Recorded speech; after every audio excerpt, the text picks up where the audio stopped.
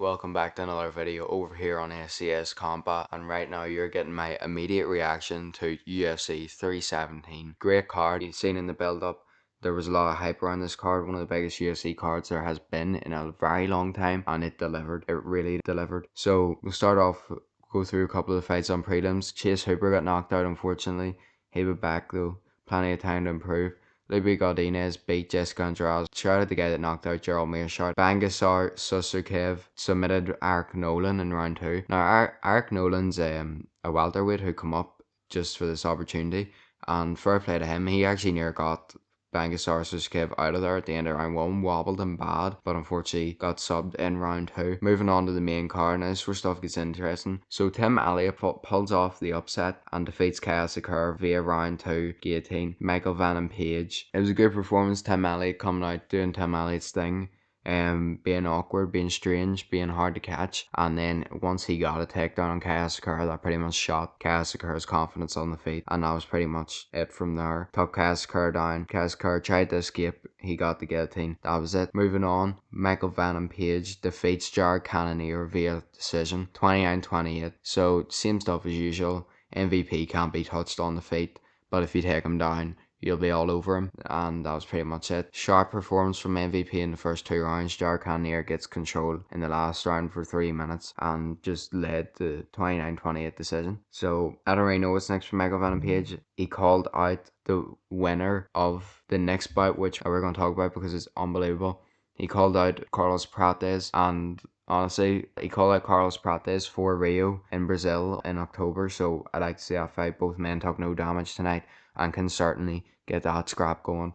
Now, moving on, we have Jav Neal versus Carlos Prates. Now, let me tell you, starting off, this fight was quite close. You see Jav Neal was trying to land leg kicks, land a couple of shots, push Carlos Prates back against the cage, and then slowly throughout the round, Carlos Prates kind of got more loose, got more into his rhythm, landed body shots, nice straight shots. You know, straight shots on the chin, and then the round is about to end, and just before the buzzer goes, Carlos Prates hits Jav Neal with one of the nastiest spinning elbow knockouts you will ever see. Knocked him out cold. It sounded like a baseball bat to the dome. This was unbelievable. What a knockout. First round on 4 minutes 59 seconds. So that just shows you how close it was. It was insane. What a knockout. Carlos Prates versus MVP. MVP will move back down to welterweight for that one. Line that one up next, and we'll see that happen in Rio, in Brazil. I like that one. Right, moving on. And you won't hear me report this from a reaction video very often, because we got 2 spinning elbow knockouts back to back as Lerone Murphy absolutely colded Aaron Pico right in his tracks. Aaron Pico come out very aggressive on his wrestling. He had great boxing, to be fair, I'll give him to that. Great power in his shots, great twist in his hips. You know, he really has that boxing on lock. But unfortunately for him, all that forward momentum led to him running straight into a spinning elbow square on his forehead that put him out cold, completely cold at him. That was it, out cold. No stopping that, no getting up from that, not even a chance in the slightest anyone's getting up from that. So even though Lerone Murphy mightn't be the hardest hitter, like from straight 1-2s, you've seen him before, he gets knockouts to those knees, he's got a knockout with that elbow now.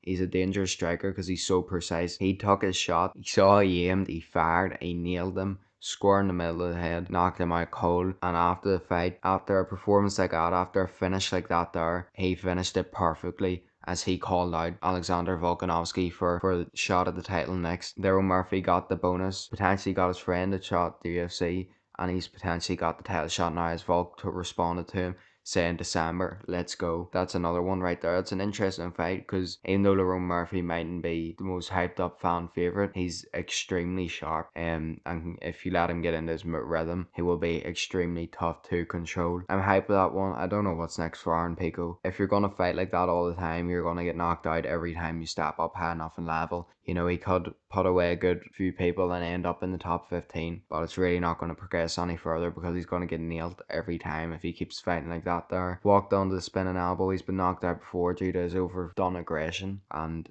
it shot him in the foot again tonight. And you know, I've heard he's a good guy, so hopefully wish him the best. Hope he recovers. It was a brutal knockout, so on a serious note, hope he recovers. Same with Jav Neal. Hope they're both good. Hope they make full recoveries. and make another run back at the UFC. You know, definitely is a hard hitter. Armpico looked exciting in there tonight, so although it didn't go their ways, hope to see them both back. The main event, Khamzat Chimaev absolutely dominated, controlled Dricus du Plessis for near enough every second of the fight. I'd say that out of the 25-minute fight, Khamzat probably got about 24 minutes control time, which is absolutely insane. No knockdowns. Khamzat got 529 strikes off. Khamzat landed at a 93.3 strike percentage. That is absolutely insane. Whereas Dricus landed 45, so 529 shots compared to 45. 37 significant strikes compared to 13. It was a bit rough for Dricus du Plessis in there tonight. Just couldn't do anything about the wrestling. He defended one takedown, but apart from that, there was really all. He got caught in a crucifix position a lot of times. Not good, not good for him at all in there tonight. Unfortunately for him, thing goes away. You know, we've seen names before. We've seen Sugar Sean O'Malley get a rematch immediately after losing to Marab.